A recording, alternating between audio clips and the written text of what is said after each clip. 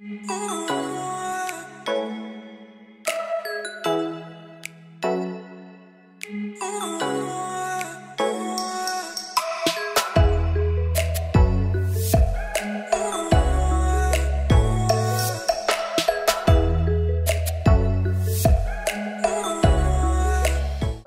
issue mo, prostate, di ba? Ito ang issue mo ngayon, nakita rito,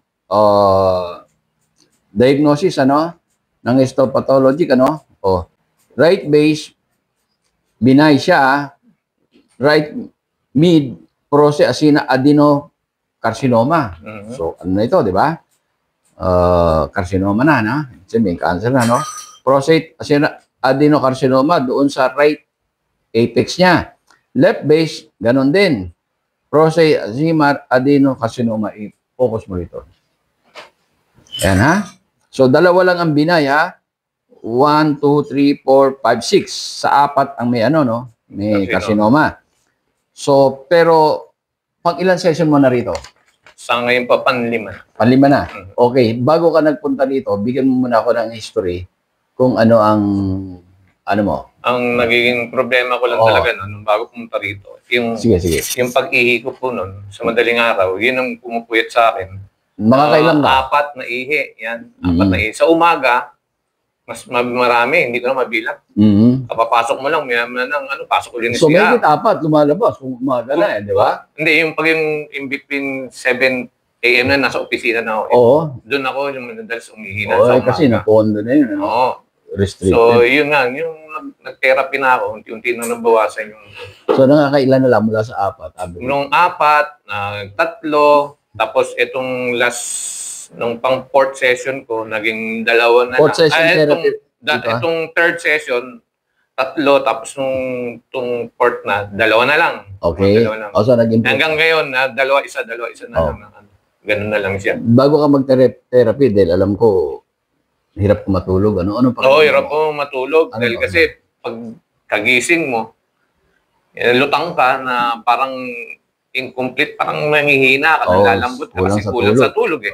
Ngayon, nagte-therapy na ngayon, after na therapy, bagamat nangyari nung merong nagdiretso pa rin 4 na tulog, 3 gising, 4 na gising. Hindi siya ganun lutang ka, hindi yung... May may energy ka. May energy ka, hindi mo ramdam na pagod ka. So, sige. yun naman ang niya. Ganito, itong findings mo, ngayon lang ito, November 20. Kalalabas lang po ng Monday. So, baka bago, kung ikaw nagpa-therapy ay nagpa-test siguro, baka mas malala pa. Ito ngayon, di ba? Kasi nauna muna yung pa-biopsy ko ng November 20. So, after a week, after 7 days, 1 week, recovery dun sa biopsy. Kasi madugo, pahinga muna ako nung pinaka-Wednesday ng 27. Pumunta na kaagad ako rito. So, ganito gagawin natin, ha? Hindi ka dapat sasablay, ha? Hanggat maaari, kasi nagpa-biopsy ka. Pag nagpa-biopsy ka, don't forget, ha? Pag yan, aggressive, lumalaki yan. Kaya ang gagawin natin, magdadalawang beses ka. 1 linggo. Siguro mga 1 buwan yun. Ito, yun nga po yung ginawa ko natin ngayon. Wala po nung 27, twice a week. Sige, ha? Kasi unahan yan yung toxic. Ang gagawin natin, kasi cancerous na to, ang gagawin natin, mailayo kita sa aggressive. Ba't ba nagiging aggressive? From non-aggressive, nagiging aggressive dahil sa taas ng toxic mo. Kaya alisin natin yun, ha? Kung maitim yan, lahat ng maitim, alisin natin. At iinom ka, ang dosage mo, medyo mataas. Aabot ka ng 555 yan at meron pa ako ipabibili sa'yo sa Mercury at sa Shopee. Maliban dito. Dito, yung susupply namin, susupply yung iba, bibili mo sa Mercury at sa Shopee. And then no stress, ha? So anyway, nag-improve ka naman, di ba? May improvement. Kahit na ganito ang sitwasyon mo. Anyway, marami na ako rito. Pero ito, ang masasabi ko, lahat ng lalaki ngayon halos kailangan ma-check nila yan, ituturo ko sa'yo paano gagawin natin, ha? Gagamitin natin itong magnet. Ayan, meron ka na? Nakabili ka na? Meron ako. Kailan mo nabili yan? November 30, yung second Okay, session. pero pagkakalibrate ko yan, ha? Kasi ibang ha? Pagkakalibrate yan, papalitan ko yan, ha? Ito, mamaya, testing natin. Paano natin gagamitin ito kung nananalo tayo sa cancer o hindi? Mamaya, makikita natin, ha? Mag-i-scan tayo, iskanin natin. Pero dapat panoorin mo yung ito, ha? Dali, ha? Napanood mo na ba yung kay Willie Ong? Hindi pa. Kung makita ng buong mundo ito dahil may problema ngayon. Tingnan nyo to, ha? Ito yung acidic, yung pula, yung itim, may tumor na. Ito, mula rito hanggang dito, 2 taon. Bago magkatumor, kadalasan 2 taon na, mayroong maliit na, 1 to 2 cm. Oh, dito malaki na, mga 5 cm na to. Tingnan nyo na nangyari kay Willie Ong. 16 cm nung na-discovery. Pero, dito, nadidetect naman ito kung hindi tumago sa buto. 1 to 2 cm. Pero paano ito? Acidic pa lang. Hindi nadidetect yan, madidetectan dito. Acidic kayo, buong katawan yon. Pero bago maging tumor yan, acidic. Pero ito sa pamamagitan nito, checkin natin ha, may tumor o acidic pa lang, madidetect sa pamamagitan nito ha. Ito, hindi ko sinasabing stand-alone nito, reference lang yung katulad niya, nagpa-check siya na may adenocarcinoma na. O, iba-validate natin. Tapos titingnan natin yung acidity, madidetect natin kung low, medium, high, extra high. So ito magiging reference natin kahit na everyday pwede mong i-test na ituturo ko sa kanya. Kung nag-i-improve o hindi yung therapy. O sige bro, ano ka? Higa ka. Wala kang magnet sa katawan, cellphone. So kung ano? Ano yan? Yung medal ko. Ang galing ko? Okay lang yan, okay lang yan. Pita ka meron ka? Tanggalin lagi mo na rin. Sige ha? Okay, sige, sige. Sige, higa kayo. Okay. Pag sinukat ko, itatapat mo yung ano rito, ha? Okay lang yan. Pag ito, nilagay ko, dapat ang tao pantay yung, ito yung sakong pantay, tingnan nyo. Ayan, pantay, di ba? Relax kayo, relax. Magtataas ako, magbababa, ha? Gaganyan nyo muna, ha? Ayan, pantay, nakita nyo? Pantay, ha? Ibig sabihin tayo, itong sakong to, pantay, ha? Pero pag nilagay ko ito, pag acidic yan, ang mangyayari parang magiging ganun. Ayan, hindi magpapantay. Di ba? Hindi na pantay. Pag ginan mo, hindi na pantay. Kasi ginano ko. Pero dito, pag yan nilagay ko rito, hindi magpapantay. Pero hindi ko naman inano. Ito pantay dahil hindi ko naman, pantay, di ba? Okay? Tingnan mo bro, silipin mo. Pantay, di ba yung sakong? Okay ha? Ilalagay ko ngayon dito ha, dahil prostate ang problema mo, di ba? Titingnan natin. Relax ha, relax. Kailangan wag niyo hawakan yung lid dahil tingnan niyo. Medyo hindi na pantay, konti nga lang ha. Pero hindi ka sandali, relax. Relax. Tingnan niyo. Hindi na ganong pantay. Ilapit mo rito yung Kita ba pantay o hindi? Tingnan mo bro, tingnan mo. Tatanggalin ko. Relax ha. Relax. Tingnan mo bro. Pantay, di ba? Ulitin natin. Kailan mga 3 beses para ma-check. Tingnan mo bro. Di ba? Ngayon ito na, paano? Ibig sabihin, acidic yan. Pag sinabi kong acidic, nagdalag yung yung mga hemoglobin, nagdidikit-dikit dun sa loob. Ibig sabihin, kulang na sa oxygen yan. Yung nagkaklaging na sa hemoglobin. Ang gagawin natin, titingnan natin, tanggalin mo yung face mask. Spray natin ha. Pigit. Ito ha, hindi gamot ito ha. In-spray natin, ha? Tingnan natin kung ano mangyayari. Tingnan mo kung makikita, ha? Pantay na. Di ba? Kanina, hindi pantay. Basta i-spray. Ibig sabihin, pag malala yan, inaabot ng 7 to 10 seconds bago pumantay. Sige, wala pang 3 seconds, eh. Di ba? So, hindi malala, ha? Okay. Isa pa.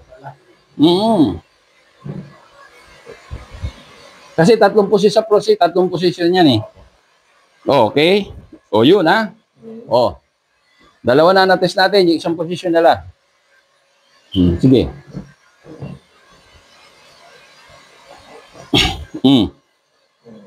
Di ba? Wala na, di ba? Ulitin natin. Baka, isa pa.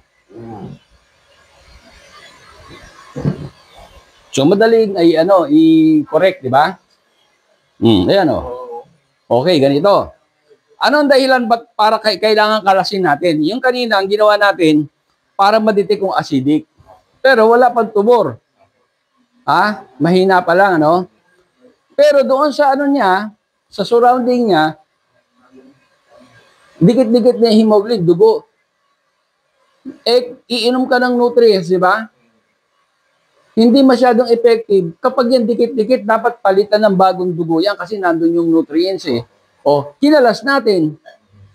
Kasi kapag dikit-dikit yan, yung katawan mo uurong. Ang ginawa natin, kinalas natin. Pwede na dumalo yung nutrients. Bagong nutrients, saka bagong dugo. Dahil nagdi-detox tayo, di ba? Kasi pag hindi natin nakalas yung kulot, dikit-dikit paano mapapasukan ng bagong nutrients? Hindi. Ngayon, kung merong tatanong, ang totoo, inano ko to sa ni Willie Ong, ito sinabi ko ito dito. Channel ko sa YouTube. Ito yung part 1, 2, 3, 4. Sinabi ko yan kung bakit nagdidikit-dikit at bakit kailangan kalasin. Hanggang ngayon, walang kumukontra sa akin dyan. Napanood ng buong mundo ng mga scientists yan, mga doctors. Ibig sabihin, totoo yung sinasabi ko. Katunayan nga, marami na tayong natulungan, di ba? Tsaka ikaw, nag-improve ka na rin, di ba? Hindi pa, baga maaga-baga yan, Pero magpapatest ka uli, halimbawa, pag ganito, chinek natin, hindi na nag-a-appear yung ganin, hindi na nag-gaganon, di ba? Doon ka magpapatest, pali-pali. Chinek ko ngayon, 2 beses sa linggo, mga 1 linggo, 2 linggong hindi na siya gumaganon, magpatest ka. Hindi naman nagbabago. Yun ang baka okay na, di ba? Sige. Pag maagang na halimbawa, ganyan may bukol, sandali lang lusawin Ang mabigat na yung ganon. Liliit, pero magtitira na halos. Pero nakita nyo kaya ito, ano nagagawa nito, hindi ko sinasabing gamot ito, it's not. Kasi wala tayong pang-test nito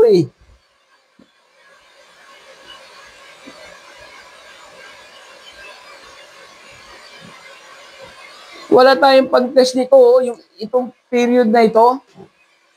Eto sa'yo, na-detect ka na, meron na paano ito? Kaya ginagawa na lang natin ang remedyo. Ako, scientist ako, naturopathy ako. Kaya dapat gumawa ako ng paraan. Kaya nga ginawa yung naturopathy, kasi yung standard na medisina, hindi magawa ng paraan Kaya naglagay ka ng batas na 8423, Republic Act 8423, para madagdagan pa ang kalaman. Ito na yon. Kaya tinawag kong Abiso Early Acidic Detection. Pero at the same time, nakakalas natin yung dikit-dikit. Di ba? Sige. Ano bang sa process?